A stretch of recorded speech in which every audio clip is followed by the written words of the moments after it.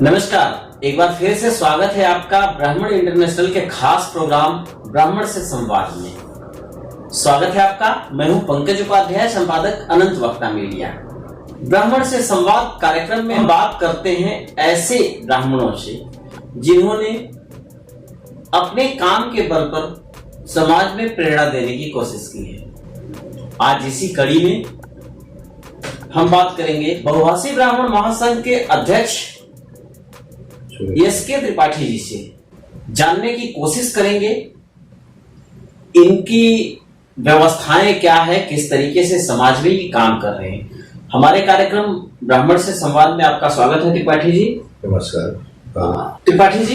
जी हमारे दर्शकों को बताएं कि आपकी ये जो ब्राह्मण समाज को लेके यात्रा जी किस तरीके से आपने ये स्वप्न देखा। जी बहुभाषी ब्राह्मण एक यूनिक चीज है, अलग। लोगों ने क्षेत्रवाद, RWA और विधानसभा या लोकसभा या जिले लेवल पे काम करने की कोशिश किया जी, लेकिन आपने बहुभाषी ब्राह्मण समाज बनाया।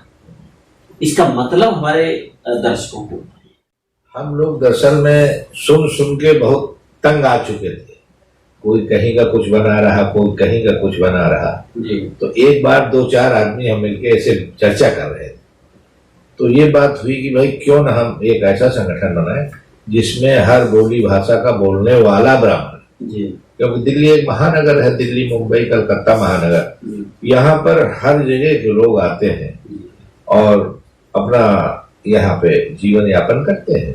और साथ में उनके अलग अलग, मैं दिल्ली को बताऊं अगर, तो दिल्ली में बहुत लोग ऐसे हैं महाराष्ट्र के जो हैं, जो यहाँ हैं, मिलते बहुत कम है, लेकिन फिर भी वो आपस में जो मिलते हैं अपने कल्चरल प्रोग्राम करते हैं, पेश करते हैं। कभी भी आपने भी देखा हो कि यहाँ जो जहाँ का है, अभी गणेश पूजा क्या, गणेश उत्सव में लोग इकट्ठे होके और काम करते हैं। तो फिर एक हमारे और मित्र हैं, बनारस से हैं, पुणे से एक गुरु जी हैं, गहसास गुरु जी, इनसे सबसे चर्चा हुई तो ये हुआ कि एक संगठन बनाया जाए। अंततोगत्वा हम लोग 2010 में संगठन की रचना की, स्थापना की, और उसमें तय किया गया कि हम लोग दिल्ली में क्यों न एक बहुत बड़ा सम्मेलन किया जाए ब्राह्मणों का। उसकी एक रूपरेखा तय की गई, भाई कौन क्या क्या देखेगा, और ये कड़ी तब से चल रही है। हम ब्राह्मण हैं, यही हमारी एक पहचान है, और समाज ने यही बताया कि बस ये है। बाकी समाज से अगर जो लेने की उम्मीद है कि ये पाले बैठे हैं कि भाई ये कुछ होगा, अगर इनसे सहयोग करें, ये सब लोग मिले तो हम बहुत आगे बढ़ सकते हैं, बहुत सारा कुछ काम किया जा सकता है। आज के समय में जबकि सरकारें पूरी तरह से विरोध में, ब्राह्मणों के लिए कोई विशेष काम नहीं है, जबकि सरकारें अगर स्पेशल दर्जा देती हैं, विशेष मानती हैं, तो विशेष कुछ ना कुछ होना चाहिए। विशेषता के तौर पर एट्रोसिटी एक्ट, जिसके ज्वलंत उदाहरण ललितपुर के विष्णु तिवारी जैसे लोग हैं, ये खैरात में दिया है। देश में ब्राह्मण 2 दर्जे की नागरिकता जी रहा है। ऐसे में आप लोग ब्राह्मणों के लिए, ब्राह्मणत्व रक्षा के लिए क्या कर पाते हैं? इसके लिए हम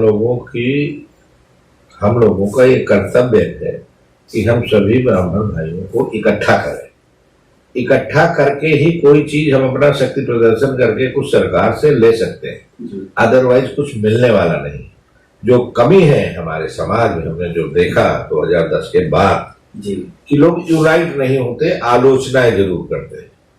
हमारी एक कार्यकारिणी मीटिंग अभी होने वाली है नैमिष में, हम लोगों का यही प्लान है कि हम लोग इकट्ठे हो, फर्स्ट ऑफ ऑल इकट्ठे होकर कोई भी छोटा आंदोलन, छोटी मुहिम चलाएं, मेमोरेंडम दें, बैठकें करें।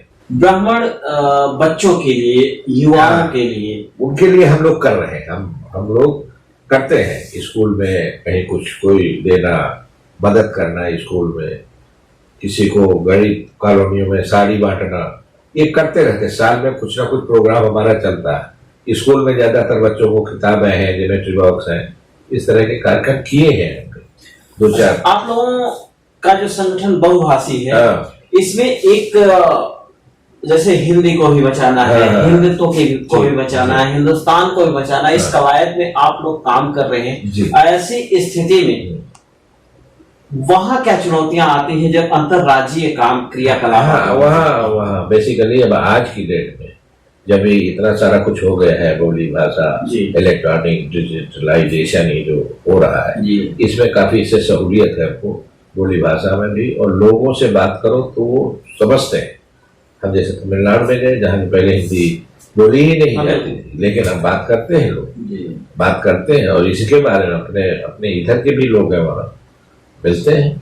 और एक वहाँ बनाया था हमने प्रोग्राम को अध्यक्ष बनाया था, वो यही के है लखनऊ के पास। तो सरकार से आने वाले समय में आंदोलन के माध्यम से आप लोग क्या अपेक्षा रखते हैं?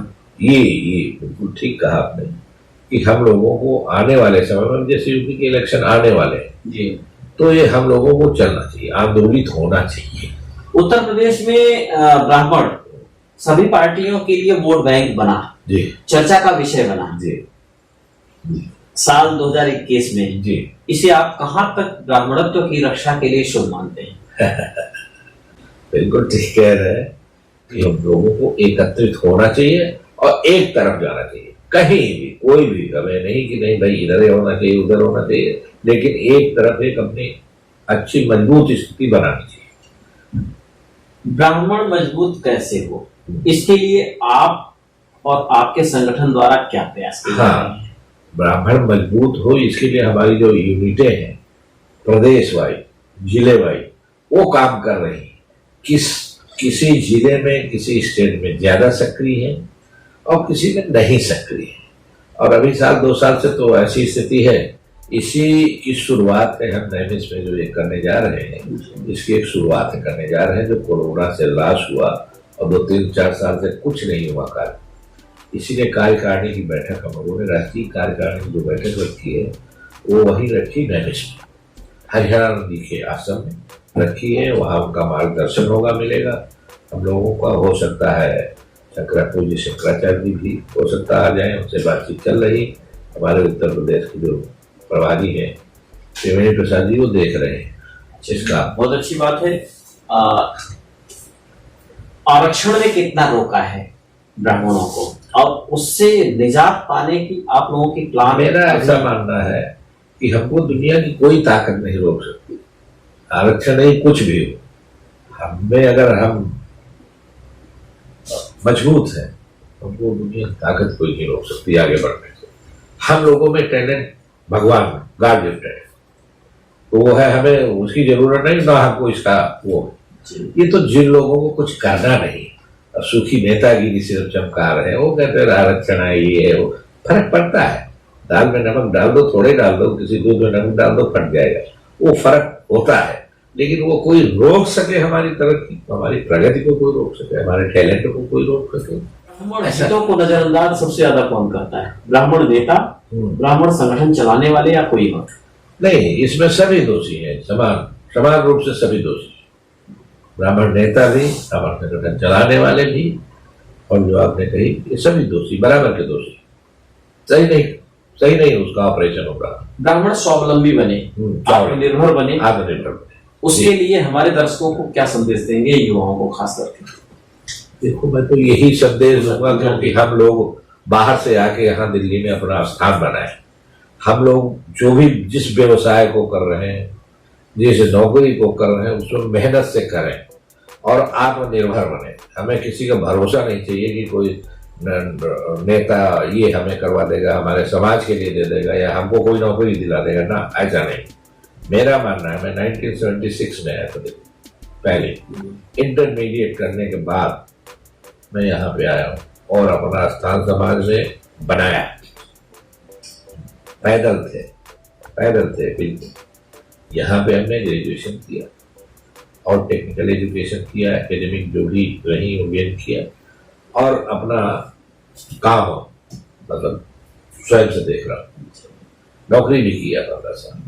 तो इसी तरह अगर पढ़ा लिखा, हम इसमें क्यों सोचे कि हम जो चीज डिजर्व करें उससे ऊपर की बात मत सोचिए, लेकिन करिए पहले। जो डिजर्व करते हो मिल गया तो उसमें आप लगे रहिए। और आगे बढ़ने की कोशिश करिए। हमारे साथ आपने वक्त दिया, आपका बहुत बहुत धन्यवाद। ब्राह्मण से संवाद की अगली कड़ी में किसी नई शख्सियत से मिलते हैं, तब तक बने रहिए हमारे साथ। एक बात और, बहुत ध्यान से